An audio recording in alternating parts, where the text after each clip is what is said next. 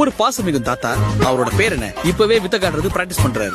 ஏன் தாத்தா நீங்க தான் பேரை எடுத்துட்டீங்களே, அந்த பையன் ஒரு பேராது எடுக்க வேணாமா? இப்படி பண்ணிட்டீங்களே.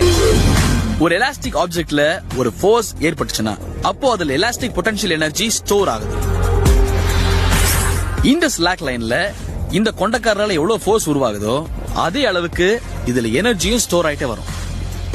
இப்போ நமக்காக இவ்வளவு கஷ்டப்படுற இவரு இந்த ஸ்லாக் லைன்ல குதிக்கும் போது நிறைய ஃபோர்ஸ் உருவாகிறதுனால இதுல ஏகப்பட்ட எனர்ஜி அப்படியே ஸ்டோர் ஆகுது.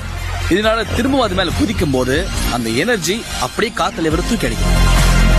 இதுல நீங்க கண்ணும் கருத்தமா கவனிக்க வேண்டிய விஷயம், உங்களோட சென்டர் ஆஃப் கிராவிட்டி இந்த லைனுக்கு மேல இருக்கான்னு பார்த்துட்டே வரணும். அப்போதான் இதுல இருக்கிற எலாஸ்டிக் எனர்ஜி இவர மாதிரியே ஸ்டைலா ஷோ காட்ட வைக்கும்.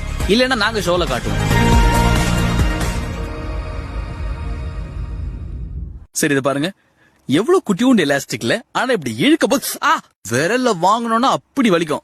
உண்மையா சொல்றேன், விரல் செவந்துருச்சு பாத்தீங்களா? ஸ்கின் எல்லாம் அப்படியே எரிய ஆரம்பிக்குது. கொஞ்சம் இதை யோசிச்சு பாருங்க. நல்லா டபுள் எக்ஸல் சைஸ்ல உள்ள ரப்பர் பேண்ட்ல இழுத்து விட்டு வாங்கணும்னா எங்கெல்லாம் பட்ட பட்டியா செவக்குன்னு சொல்லவே முடியாது.